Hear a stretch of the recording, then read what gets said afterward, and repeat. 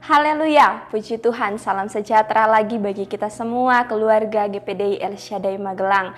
Saya percaya kita semua ada di dalam perlindungan dan penyertaan Tuhan dimanapun kita berada. Kasih setia Tuhan selalu mengikuti kehidupan kita. Puji Tuhan, pada saat ini kita akan sama-sama merenungkan kebenaran firman Tuhan yang terdapat di dalam Amsal pasal 13 ayatnya yang ke-12. Amsal 13 ayat yang ke-12, firman Tuhan berkata, orang jahat terjerat oleh pelanggaran bibirnya, tetapi orang benar dapat keluar dari kesukaran. Puji Tuhan, renungan pada saat ini saya beri judul, keluar dari kesukaran. Allah memberi manusia kehendak bebas. Manusia bebas melakukan apa yang menjadi kehendaknya. Manusia bebas memilih jalan mana yang ingin dia lalui.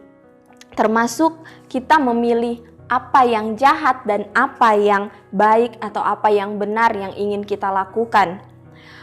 Allah itu tidak pernah membuat jalan yang jahat untuk kita pilih atau untuk kita lalui.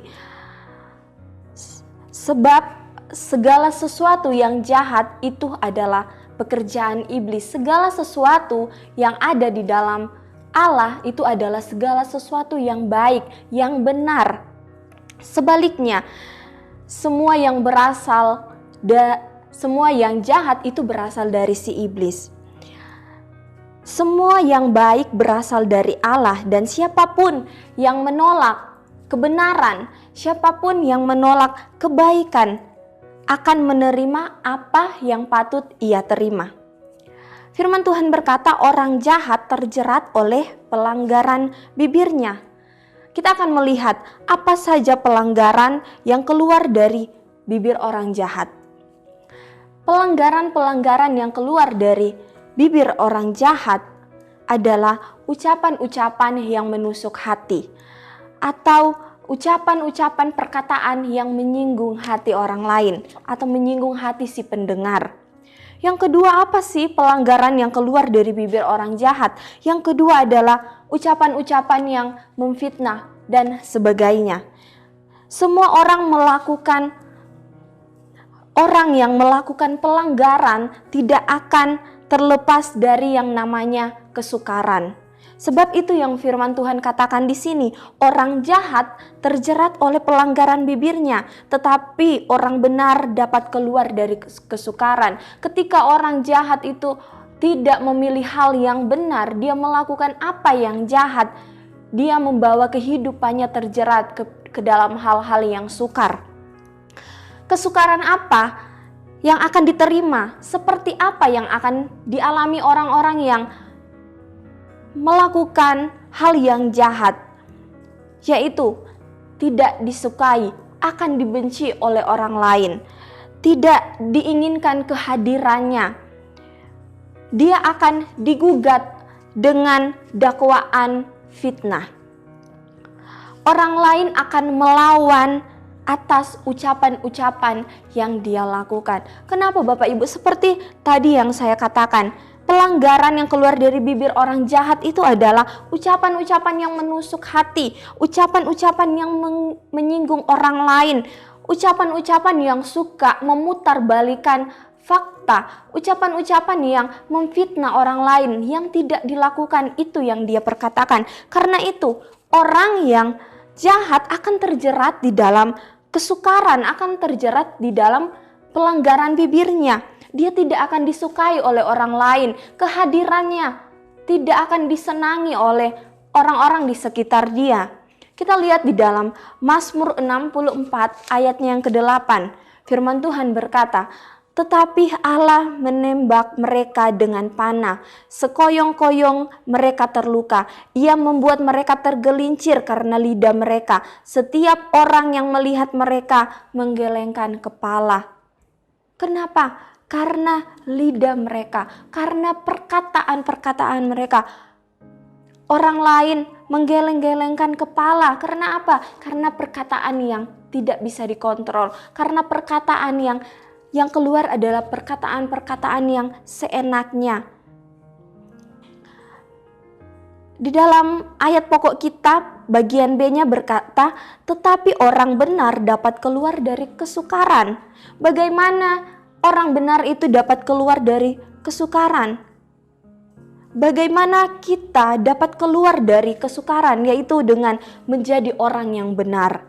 Orang benar itu hidup dengan hikmat, karena itu dia dapat keluar dari kesukaran. Hikmat itu dari mana? Hikmat itu dianugerahkan Allah. Jadi orang benar itu pasti akan hidup dengan takut akan Tuhan. Orang benar itu akan hidup dengan apa yang diperkatakan oleh kebenaran firman Tuhan. Karena itu Bapak Ibu jemaat Tuhan yang dikasihi oleh Tuhan, hiduplah takut akan Tuhan. Jadilah pelaku-pelaku firman Tuhan. Ketika kita menjadi pelaku firman Tuhan, ketika kita hidup takut akan Tuhan, ketika kita hidup dekat dengan Tuhan, Roh Kudus akan pimpin kehidupan kita. Sehingga apa? Kita menjadi orang-orang yang benar. Kita tidak Roh Kudus pimpin kita, apa yang akan kita perkatakan, apa yang akan kita lakukan, sehingga kita tidak terjerat di dalam pelanggaran-pelanggaran. Kita tidak masuk ke dalam hidup yang sukar seperti yang dilakukan oleh orang-orang yang jahat. Di dalam 1 Korintus 7 ayat yang ke-35 firman Tuhan berkata, semuanya ini kukatakan untuk kepentingan kamu sendiri, bukan untuk menghalang-halangi kamu dalam kebebasan kamu, tetapi sebaliknya supaya kamu melakukan apa yang benar dan apa yang baik. Firman Tuhan itu datang kepada kita agar menuntun kehidupan kita, bukan untuk menghalangi kebebasan kita untuk melakukan segala sesuatu, tetapi firman Tuhan katakan supaya kamu melakukan apa yang benar, apa yang baik, sehingga hidup kita berkenan di hadapan Tuhan. Bukan saja hanya itu, agar kita menjadi berkat bagi orang lain, agar kehidupan kita menjadi kehidupan yang disenangi oleh orang lain. Orang benar dapat keluar dari kesukaran. Sebab kenapa Bapak Ibu? Karena dia menjaga perkataannya, karena dia melakukan apa yang benar, apa yang adil. Perkataannya itu perkataan yang memberkati orang lain, disukai oleh orang lain, disenangi oleh orang lain. Menjadi orang benar itu bukan berarti tidak ada pergumulan ya saudara. Selama kita masih ada di dunia ini, kita akan tetap berdampingan dengan pergumulan, dengan permasalahan hidup.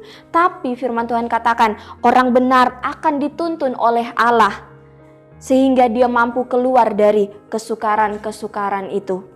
Jadi Bapak Ibu yang dikasihi oleh Tuhan Yesus Kristus, kita akan melihat di dalam Filipi 4 ayat yang ke-8 sebagai penutup kita pada saat ini. Filipi 4 ayat 8. Jadi akhirnya saudara-saudara, semua yang benar, semua yang mulia, semua yang adil, semua yang suci, semua yang manis, semua yang sedap didengar, semua yang disebut kebajikan dan patut dipuji, pikirkanlah semuanya itu.